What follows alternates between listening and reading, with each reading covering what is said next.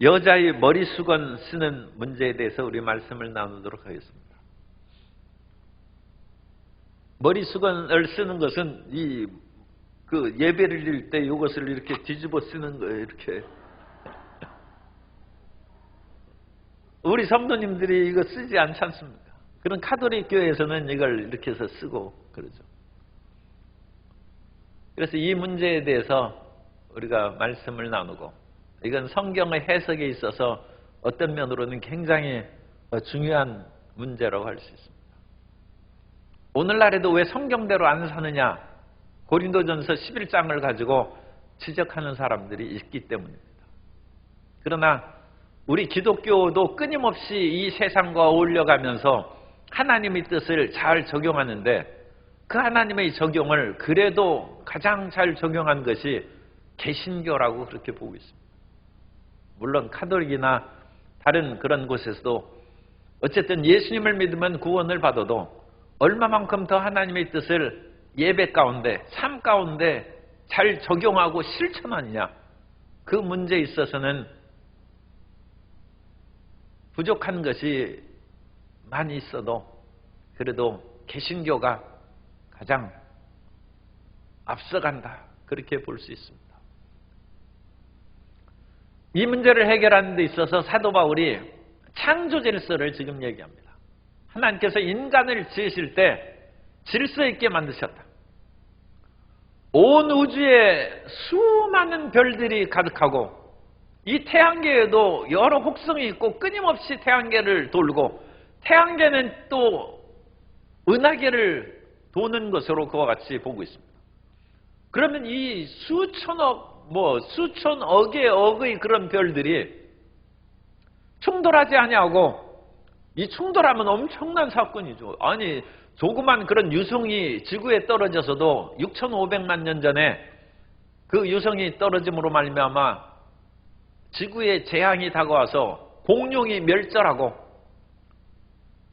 그로 말미암아 저 해남 지역에 공룡 발자국이 무수히 많은데 그것이 왜 죽었느냐? 그런 지구상의 유성이 떨어져서 기상이변이 다가옴으로 말미암아 먹을 것이 없어지고 멸망했다는 것이 그 지구 과학자들의 이와 같은 그 주장이고 견해입니다.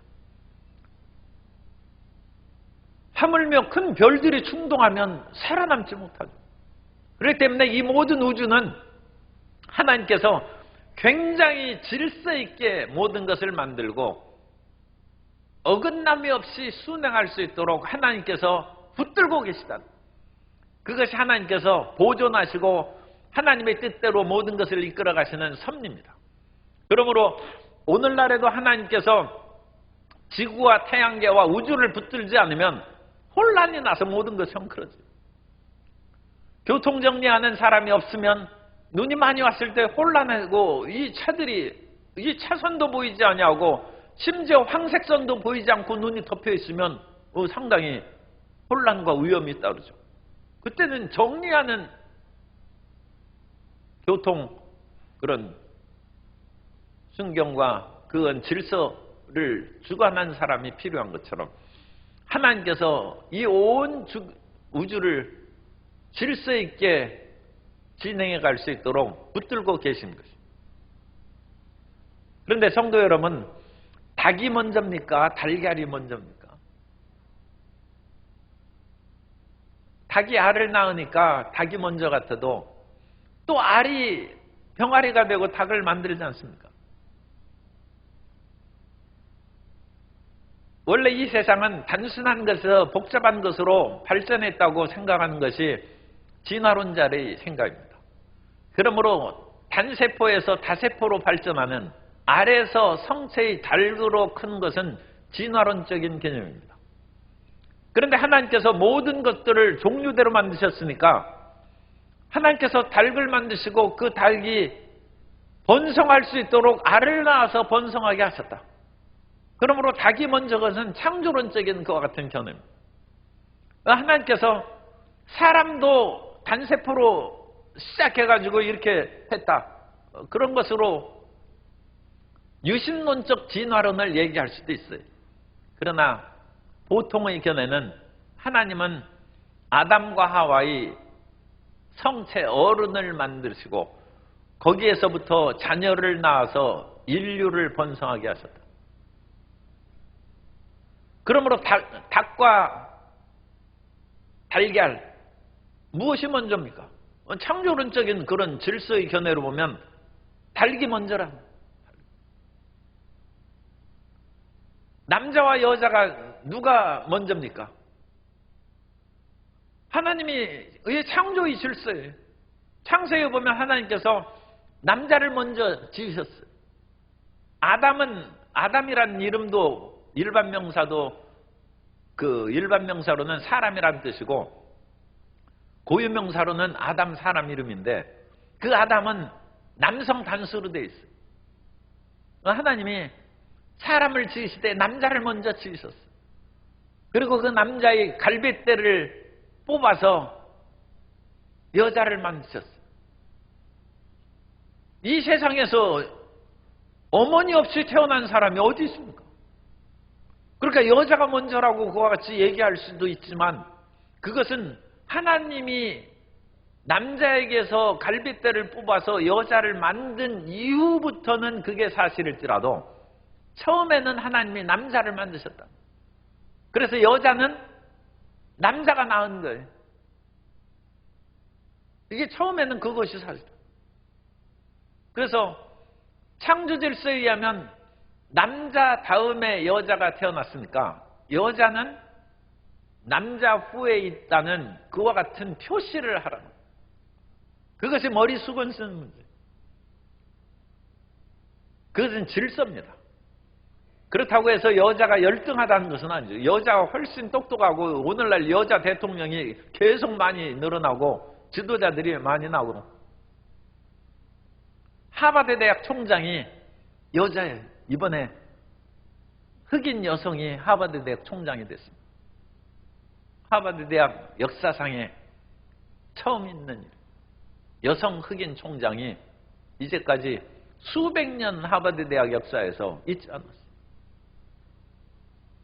여성 총장이 그야말로 모든 그 밑에 하버드 대학 들어가는 것도 어려운데 그 대학에서 하버드 대학 교수하면 얼마나 세계적으로 인정받고 존경받는 자리인데 어찌됐든 그 교수들의 최고 정상은 총장 아닙니까? 총장이 여성이 됐어요. 그러므로 이것은 똑똑하다거나 어떤 우위의 문제가 아니라 질서의 문제에 있어.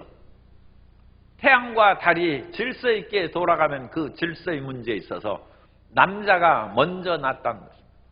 그러므로 여자는 남자 다음에 출현한 것을 예배를 드릴 때 표시를 하라. 그러므로 그것을 인하여 교회 예배에 사회 질서와 배치되는 일을 하거나 여러 가지 문제를 야기시키지 말라는 것입니다. 그리고 그 구체적인 것을 이제 우리가 하나씩 살펴봅니다. 그래서 사도 바울은 먼저 1절에서 얘기합니다. 내가 그리스도를 본받는 자가 된 것 같이 너희는 나를 본받는 자가 되라. 하나님 아버지와 그리스도는 똑같습니까? 좀 차이가 있습니까? 예수님께서 하나님 아버지보다 조금 못하다고 생각하시는 분이 혹시 계십니까? 그건 예수님을 잘못하는 것입니다. 예수님은 하나님 아버지와 본질에 있어서 동등합니다. 다만 그 질서, 위격의 그런 차이라고 그러는데 오늘 본문 말씀하고 연관시키면 질서상 하나님 아버지를 위에 두고 그 다음에 예수님, 성령님 그렇게 하는 것이지 그건 얘기할 때 사람이 한꺼번에 성부, 성자, 성령을 한꺼번에 말할 수 있는 사람이 있어요? 못하잖아요. 우리는 성부 다음에는 성부할 때 성자를 같이 말할 수 있는 실력이 없잖아요. 그러니까 이건 인간의 한계. 그러니까 인간은 당연히 그 질서적으로 말의 그런 순서로 성부 하나님, 성자 예수님, 성령 하나님 그런 식으로 순서합니다. 그러나 예수님은 완전한 하나님으로 똑같은 것입니다. 그럼에도 불구하고 예수님께서 이 땅에 오셨을 때 성부 하나님께 순종하셨어요. 그래서 누가복음 22장 42절에 보면 이르시되 아버지여 만일 아버지의 뜻이거든 이 잔을 내게서 옮기시옵소서. 그러나 내 원대로 마시옵고 아버지 원대로 되기를 원하나이다 하시니, 예수님께서 하나님 아버지의 뜻대로 자기 자신을 낮추고 포기하셨어요. 그건 예수님께서 열등하시기 때문이 아니라 순서의 우위에 있어서 하나님 아버지의 그 뜻대로, 그것은 그러니까 진정으로 얘기하면 예수님의 뜻도 그렇습니다. 그렇게 이끌어간다. 그래서 이와 같이 창조 질서 또는 이 삼위일체의 위격의 질서를 순종한 예수님을 본받아서 사도 바울도 그렇게 살아갔다. 내가 예수를 본받는 것처럼 너희는 나를 본받는 자가 되라. 그래서 사도 바울도 자기가 자유자고 모든 것을 주장할 수 있음에도 불구하고 교회를 위하여, 고린도 교회를 위하여, 다른 사람을 위하여 자기 권한을 쓰지 아니하고, 자기는 믿음이 강한 자임에도 불구하고 믿음이 약한 자들이 시험에 들지 않도록 고기도 먹지 아니하고 교회 공동체를 위하여, 질서를 위하여 자기를 낮추었다는 거예요. 예수님께서 동등하심에도 불구하고 자신을 낮추어서 사람이 되시고, 기도에 있어서도 하나님의 뜻을 따른 것처럼, 아버지의 뜻을 따른 것처럼 사도 바울이 자유자요 고난을 가진 자로서 그 모든 것들을 교회를 위하여 자신을 낮춘 것처럼 고린도 교인들도 그렇게 살라는 것입니다. 그러면서 머리수건 쓰는 문제를 얘기합니다. 그러니까 본질적으로 얘기하면 머리수건 쓰거나 안 쓰거나 문제가 안 돼. 그건 자유자기 때문에. 오늘날에는 기독교 역사 2000년이 지나가면서 이제는 상당히 사회도 변하고 우리의 신앙도 굉장히 보편화되고 강해져서 우리가 안 쓰는 것입니다. 그런데 옛날에 묶여있는 사람은 지금도 쓰고 있는 것이죠. 그리고 옛날에 묶여있는 사람은 지금도 고기 못 먹는 거나 마찬가지예요. 그러나 이제는 고기 먹고 그런 문제는 그 당시 우상 제물의 그런 시대에 국한된 것이고, 오늘 우리는 떨어져서 교회 안에서 고기 먹고, 아니 돈 없어서 못 먹지, 고기 문제를 우상 제물이 때문에 못 먹는 그 사람이 오늘날 이 21세기에 어디 있습니까? 그건 2000년 지나가면서 그냥 없어져 버리고 해결된 거예요. 그런 것처럼 머리수건 쓰는 문제도 그렇게 이제 해결이 된 것입니다. 그런데 그 당시만 해도 이것이 상당히 문제가 됐어요. 문제가 돼서 사도 바울은 2절 이하부터 그와 같이 2절에 보면 너희가 모든 일에 나를 기억하고 또 내가 너희에게 전하여 준 대로 그 전통을 너희가 지킴으로 너희를 칭찬하노라. 이건 교회의 전통이요, 그 당시 덕을 세우는 여자의 그런 행동이란. 그러므로 전통은 시간이 지나가면 변화될 수 있습니다. 그러나 그 당시로서는 그것을 지키는 것이 덕이 되고, 그것을 거부하면 사회 개혁자가 되는 거예요. 그런데 사도 바울은 여기에서 지금 개혁을 외치지는 않습니다. 그것은 하나님의 뜻대로 이 개혁이라는 것은 단기간에 되는 것이 아니기 때문입니다. 지금 우리나라가 보수와 진보가 뒤죽박죽되는 것은 너무 개혁을 서두르는 사람이 있어가지고 그것을 한꺼번에 다 바꿔놨더니 지금 탈원전에서 다시 원전을 재생하려고 하니까 송전선이 없대.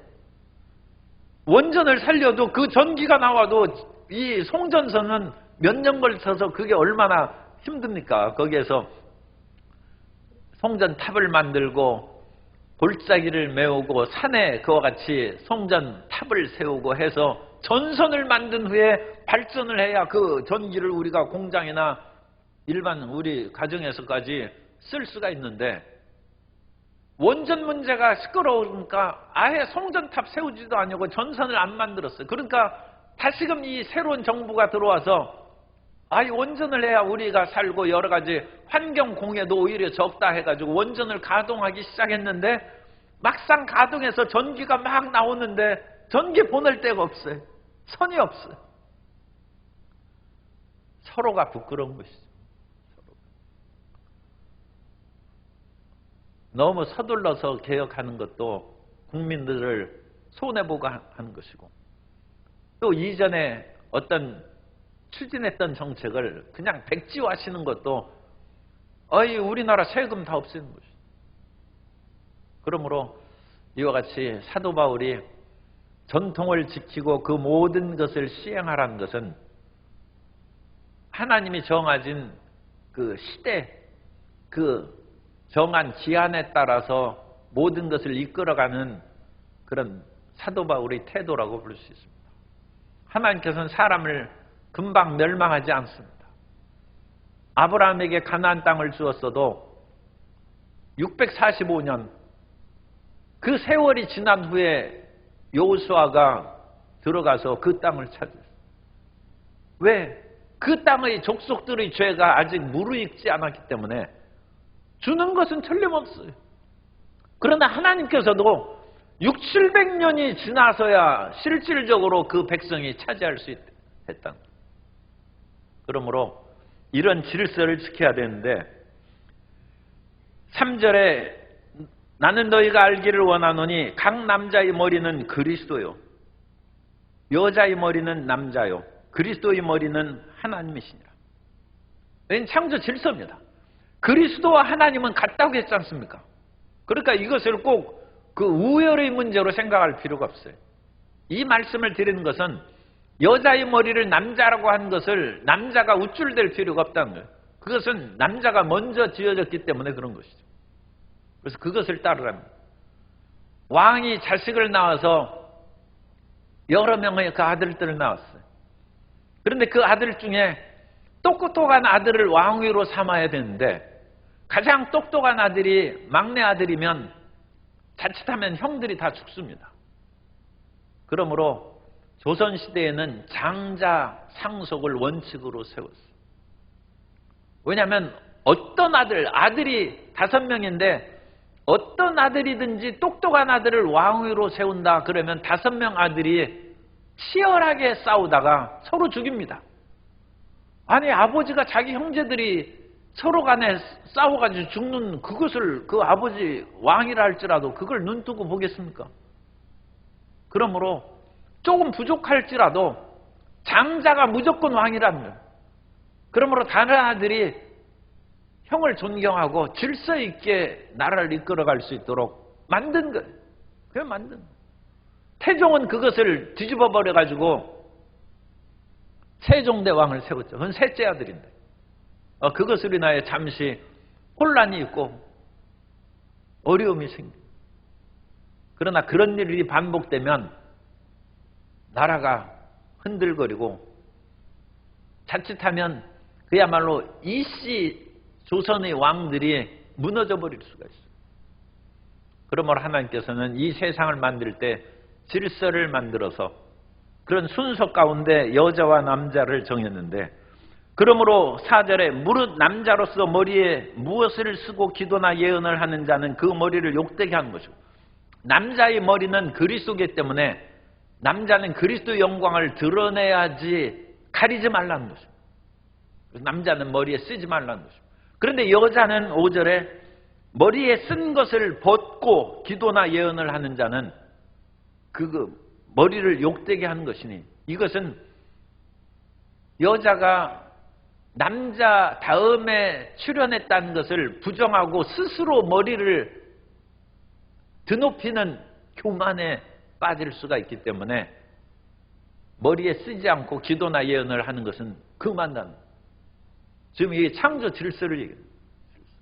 그럼으로써 그 질서 안에서 모든 것을 수행하고 예배에 있어서도 질서를 마련하라.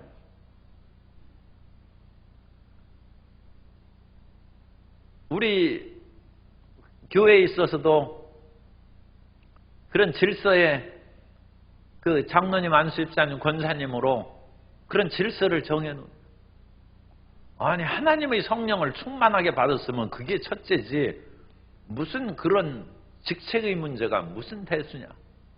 그런데 그렇게 하면 자식들이 똑똑한 자식이 최고지 하고 그것을 집안에서 형을 무시하고, 아니 형은 맨날 60점밖에 못 나오는데 그 동생은 100점씩 맞아오니까 형 저리 비키시오. 내가 이 집안을 이끌어 나가겠어. 그러면 집안이 뒤죽박죽 되는 거예요. 그러므로 그 가정에도 질서가 필요하고 사회에도 질서가 필요하고 교회 안에서도 예배를 드릴 때 남자와 여자의 질서, 직분의 질서, 그것을 우리가 준수하고 예배를 드릴 때 모든 사람이 그 안에서 평화와 기쁨을 얻을 수 있도록 그렇게 진행하라는 것입니다. 그래서 남자는 다시 왜 반복한 것이죠. 하나님의 형상과 영광이니 마땅히 그 머리를 가리지 않거니와 여자는 남자의 영광인즉 남자의 권세 아래 있는 것을 표시를 하라는 것입니다. 표시를 하라. 그래서 창조 질서를 얘기하죠. 8절에 남자가 여자에게서 난 것이 아니오 여자가 남자에게서 났으며. 이거 사실을 본 사람은 아무도 없습니다. 인간이 역사를 시작하고 문명이 시작한 이후로 모든 남자는 여자에게서 태어났습니다. 그러나 처음 인간이 출현할 때는 그때는 아직 인간이 없었을 때 그때는 하나님께서 남자를 만드셨다는 하나님께서 남자를 만드셨다는 그 증거가 어디 있느냐? 그게 성경이죠. 성경은 누가 썼느냐? 모세가 하나님의 계시를 받아서 썼어요. 그리고 그걸 믿어야죠. 그래서 사람은 남자가 먼저 출현했다. 그리고 그 남자로부터 여자가 태어났은즉 이 집안의 그것으로 얘기하면 남자가 형이고 여자가 동생이에요. 그럼 그 질서에 순응하라는. 그래서 그것을 뒤집어 버리면 하나님의 가정이 뒤죽박죽 되는 것이죠. 그러나 이것은 영원한 것은 아닙니다. 예수 그리스도 안에서 남녀가 폐지됐어요. 유대인이나 이방인도 없어졌고 남녀, 노유, 빈부, 귀천이 다 사라졌어요. 그런데 이 모든 것이 완전히 사라지고 평등하게 되는 것은 이 지상에서는 조금 시간이 걸리거나 어려울지 몰라요. 천국에서 이루어집니다. 그러므로 이 땅에서 남녀 평등으로 주장해서 오늘 인류 역사가 오면서 20세기부터 21세기나 되어서 조금 그와 같이 나타난 것이지 아직도 남녀 평등은 아직 갈 길이 멉니다. 서양에서 여성을 존중하고 그런다 할지라도 서양에서 민주주의가 시작하고 발전했으면도 여성의 참정권이 있는 것은 거의 19세기, 20세기 들어와서 여성이 투표할 수 있지 그 전에는 여성의 투표권이 없어요. 민주주의가 시작한 나라에서도 그렇습니다. 사도 바울은 로마서 13장에서 너희는 모든 권세에 순복하라고 했는데 여기서 모든 권세는 로마서를 쓰면서 로마가 지금 제국주의 국가고 다른 나라를 무력으로 억압해서 정복한 나라입니다. 그런데 그 권세를 순종하라는 거예요. 그리고 그 나라는 노예제도가 있는 나라예요. 그런데 많은 노예들이 예수님을 믿고 그와 같이 성경을 읽습니다. 로마서를 읽습니다. 그런데 위에 있는 권세를 순복하라고 했어요.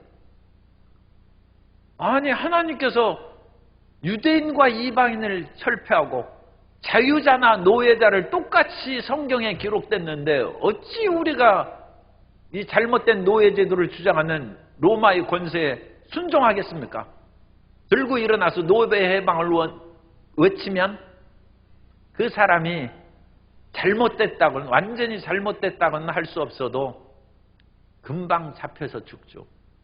왜냐하면 노예 해방은 1863년 아브라함 링컨이 노예 해방을 선언했음에도 불구하고 그 뒤에 100년 뒤인 1963년 마틴 루터 킹 목사가 I have a dream을 외치면서 그 워싱턴에서 행진하면서 우리가 흑인과 백인의 자녀들이 한 식탁에서 같이 먹을 수 있는 자유를 달라고 했어요.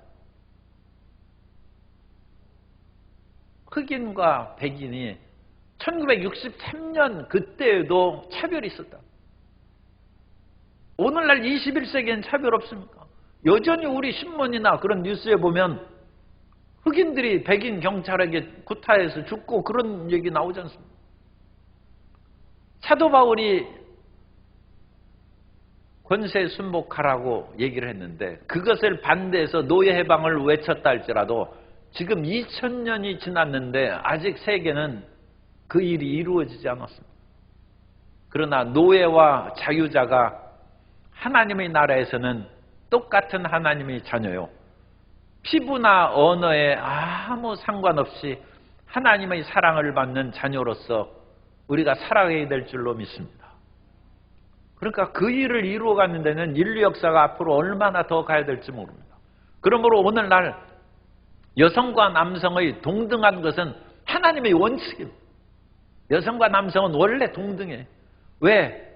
하나님이 자기의 가장 중요한 형상과 모양으로 사람을 만들 때 남자와 여자를 창조하셨다고. 남자와 여자는 하나님의 형상과 모양으로 만들어지는 똑같은 존재라는 거예요. 이것은 그야말로 인간이 어찌나 본질적으로 똑같은 존재인지 그 성경에 분명히 가르친 것입니다. 뿐만 아니라 창세기 1장 거기에 보면 하나님께서 인간을 만드실 때 1장 27절 이하에 보면 하나님이 자기 형상 곧 하나님의 형상대로 사람을 창조하시되 남자와 여자를 창조하시고 하나님이 그들에게 복을 주시며 하나님이 그들에게 이르시되 생육하고 번성하여 땅에 충만하라. 만일 남자가 우월한 위치에 있었으면 하나님께서 남자와 여자를 창조하시고 남자에게 명령하시되 복을 주시고 남자에게 생육하고 번성하라. 남자가 위에 있고 여자가 그 밑에 종속이 됐으면 그렇게 얘기했을 것입니다. 그런데 하나님께서는 남자와 여자를 창조하시고 그들에게 복을 주시고 남자와 여자는 똑같은 동등한 축복의 수여자입니다. 그리고 남자 혼자 자녀를 낳을 수 없죠. 그들에게 똑같이 남자와 여자에게 생육하고 번성하여 땅에 충만하라고 했습니다. 남자와 여자는 창조 섭리에 있어서 동등합니다.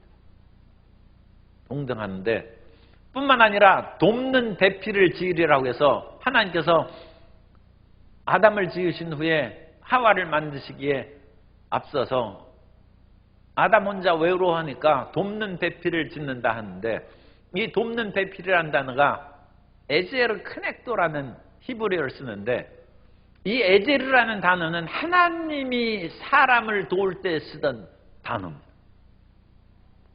여자의 도움은 막강한 거예요. 그러므로 어진 아내와 어머니의 도움이 없이 성공한 남자는 없어요. 하나님이 그런 여자에게 에제르라는 돕는 배필, 여기서 돕는다는 것이 그런 서비스하고 서번트로 섬기는 그런 돕는 의미가 아니라 하나님이 이스라엘을 도울 때 에제르, 에벤에제르, 에벤에셀이 에벤에제르입니다. 에벤이라는 것은 돌이고 에셀은 돕다. 도움의 돌, 에벤에셀은 하나님이 도우셔가지고 여기까지 왔다는 거예요. 그러므로 여자는 종속적인 존재가 아니라 남녀 동등한 그런 존재로 지으셨는데 그 뒤에 이제 여자로 말미암아 여자가 아주 절대 독특한 권한이 있었어요. 그래서 선악과도 아담하고 상의 안 했어요. 혼자 따먹었어요. 그냥 남편에게 안 물었어요. 그래서 여자가 그 권세를 뺏겼어요. 그래서 여성 동지 여러분은 그걸 이제 안타깝게 생각하시겠지만 할 수 없어요. 그 죄악으로 말미암아 이제는 종속적인 위치에서 혼자 집 사고 집 팔고 그러지 말고 남편하고 상의하라는 거예요. 같이 하라는 거예요. 종속적인. 그리고 그와 같은 것은 창조 질서에 의해서 그렇게 하고 교회 예배에 있어서도 여성은 머리에 수건을 씀으로써 남편, 다른 남자에게 뭐 종속할 필요는 없죠. 남편에게 종속하라는 것이고, 그것이 이제 보편적으로는 남자의 그런 그 서열 순서에 있어서 먼저라는 그런 것으로 이제 보이는데, 그리고 그 같은 것으로 여자에게 머리 수건을 쓰라고 하는 또 중요한 이유가 있어요. 그것은 그 당시 사회 관습 때문에 그렇습니다. 그 당시에 머리 수건을 쓰지 않냐고 얼굴을 드러내놓고 이쁘게 돌아다니는 사람은 창기예요. 그렇기 때문에 그런 짓 하지 말라. 그래서 어떤 사람이 그렇게 머리도 짧게 깎고 드러내서 사람을 유혹하는 그런 사람들이 그 당시 고대 특히 고린도 교회에서 그런 거죠. 고린도 지역에서 그 창기가 그렇게 하는데, 점잖은 귀부인이나 아녀자들은 다 그 수건을 쓰고 모자라고 자기를 그 정숙하게 그렇게 가리고 다니는데 그 드날리고 다니는 것이죠. 그럼으로써 그렇게 얼굴을 드러내고 있는 사람은 빨리 피해야죠. 그런데 교회에 와 보니까 사람들이 수건을 쓰지 않냐고 다 얼굴을 드러내고 있더라고요. 그래서 그 사람이 깜짝 놀란 거예요. 아니, 이 교회가 이 어떤 성적 방종 집단의 모임인가? 오해할 수 있다. 그래서 교회 예배 드릴 때 여성들은 머리에 수건을 다 쓰라. 그럼으로써 교회 예배의 질서를 지키고, 그 질서는 창조 질서를 지키는 것이고, 또 하나는 당시의 사회적인 습관에 의해서 성적인 방종을 조장하는 집단으로 오해받지 않도록 그 일을 수행하라는 것입니다. 그래서 그 당시 사회적인 상황과 또 교회의 여러 가지 예배 질서를 위한 이중의 의미가 여기에 들어있습니다. 그러나 결코 그것으로 인하여 남자가 여자에게 의시되거나 그러지 말라는 거예요. 왜냐하면 하나님께서는 본래 남자와 여자를 동등하게 만드셨기 때문이다. 그래서 12절에 보면, 이는 여자가 남자에게서 난 것 같이 하와가 아담에게서 난 것 같이 그 이후의 가인 아벨은 여자에게서 났죠.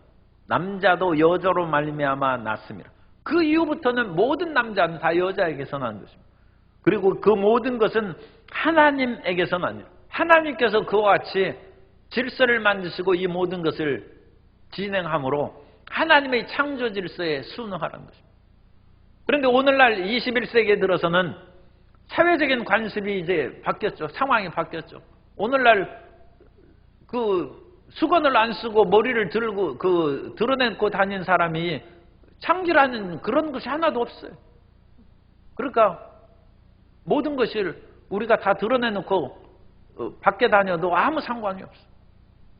우리나라 조선시대만 해도 그 여자들은 그런 뭔가 남자를 가리는 것으로 너울을 쓰고 그 앞을 가리고 그랬죠. 그러나 이제는 아무 가리는 것이 없어요. 그러니까 사회적인 상황이 바뀌었기 때문에 교회 안에서도 우리가 그것을 전혀 쓸 필요가 없어요. 오히려 사회적으로는 아무것도 안 쓰는데 교회 와가지고는 그걸 쓰면 이건 무슨 성차별이 되고 교회가 이상한 것이죠. 그러니까 21세기 예배에 있어서는 머리에 수건을 쓰면 안 됩니다. 그래서 우리가 모든 것을 드러내놓고 해야 되고, 따라서 뭐 자기 습관대로 이제 믿는 교파가 있으니까 남의 교파에 대해서 비난하는 것은 아니고, 그런 교파에서는 일부 그 주의 종들도 모자를 쓰고 하는 예배를 드리는 분이 있고, 또 여성분들은 머리 수건을 쓰는 것이 있는데, 그것은 아직 이 모든 성경의 말씀이 충분히 발전되고 적용하지 못한 그런 중간 상태라고 볼 수 있습니다. 그리고 오늘 우리 개신교에서 모자 쓰고 설교하는 사람 못 봤지 않습니까? 그리고 우리가 수건을 머리에 쓰라고 하는데도 없습니다. 오히려 머리에 수건을 쓰라고 하는 것은 어떤 이단에서는 그 쓰라고 합니다. 그렇기 때문에 우리는 창조 질서의 모든 것을 마음에 받아들여서 진행하면 수건 쓰는 문제는 더 이상 거론할 필요가 없습니다. 그래서 21세기의 머리 수건 문제는 거론할 필요가 없는 것은 시대의 상황과 오늘날 성경의 진정한 의미를 이해함으로써 이 두 가지에 의해서 우리가 쓰지를 않는 것이고, 사도 바울 당시의 고린도 교회의 상황에서는 당시 수건을 안 쓰는 사람은 문제 있는 그런 사람이기 때문에 밖에서도 수건을 쓰고 다녔고 교회 안에서도 당연히 써야 되고, 예배 드릴 때 그렇게 씀으로써 다른 사람이 보기에 덕을 세우고, 또 외부 사람들이 와서 교회에서 예배 드릴 때도 여기는 정숙하고 점잖은 여인들만 예배를 드리고 있구나, 그렇게 이해할 수 있다. 그래서 사도 바울이 아주 단호하게 얘기합니다. 이런 것들이 16절에 보면 논쟁하려는 생각을 가진 자가 있을지라도 우리에게나 하나님의 모든 교회에는 이런 관례가 없느니라. 그래서 그 당시에도 예배 드릴 때 여자는 무조건 수건 쓰라. 그리고 사도 바울은 더 이상 이거의 문제에서 왈가왈부할 필요 없다. 굉장히 단호하게 얘기하죠. 그러나 오늘날에는 이런 상황을, 그러니까 오늘 이게 11장이 좀 어려운 장이라고 했죠. 그러나 오늘날 성경 해석에 있어서 그런 진정한 의미를 우리가 이해했으므로 오늘날에는 쓰는 것이 이상한, 오늘날은 쓰지 말아야 돼. 남자도 머리에 쓰지 말아야 돼. 유대인들도 키파라는 그 모자를 쓰고, 또 다른 종교에서도 그 높은 양반들은 그걸 쓰고 그거 같이 하는데 쓰지 말라. 써서는 안 돼. 개신교의 그런 발전되고 성숙된 그런 가르침이고, 일반 여자 성도들도 쓰지 말고 그런 것으로 하나님 말씀을 온전하게 따르는 그런 자세로 신앙생활하면 교회의 덕이 되고 하나님께 영광이 될 줄로 믿습니다. 그리고 그 당시에도 이 창조 질서를 얘기하는데, 이거 웬일인지 우리 마음 가운데 그런 본성적인 가르침이 있어요. 남자가 머리를 길게 따고 다니면 뭔가 이상하다. 그러니까 남자는 머리를 짧게, 성경에서 머리 길이에 대해서 언급하는 것은 성경에 없습니다. 다만 머리를 길게 기르라는 것은 나시린 규정 하나밖에 없어요. 그런데 이 사도 바울이 창조 질서의 본성으로 얘기하는 거예요. 본성적으로 남자는 머리가 짧아야 되고 여자는 본성적으로 머리가 길어야 돼요. 어떻게 그건 수긍이 되십니까? 그러니까 여성분들이 머리를 짧게 해가지고 그야말로 군인식으로 머리를 짧게 깎으면 마음이 편해요, 이상해요? 본성적으로 거슬린다는 거예요. 사도 바울의 그 말이에요. 본성적으로 거슬린다. 그런데 이제 그것도 그 당시에 머리를 짧게 깎거나 너울을 쓰지 않는 것이 같은 창기나 노예의 그런 습관이었다는 그런 보고가 있습니다. 그래서 그 당시 사회상을 반영한 것으로 해석하기 때문에 오늘날 이 시대에서는 짧게 깎아도 큰 문제는 없을 것으로 생각합니다.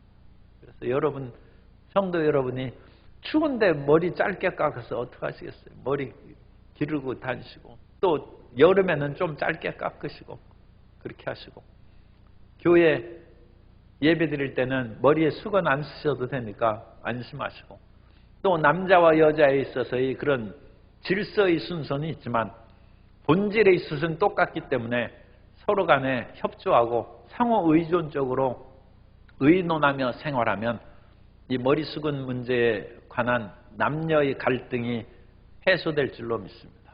오늘날 젠더 간의 갈등이 있는데 남녀는 사랑하는 존재지 갈등하는 존재가 아닙니다. 모든 부부와 우리 성도님들이 가정에서 평화와 사랑이 충만하게 임하게 되시기를 예수님 이름으로 축복합니다.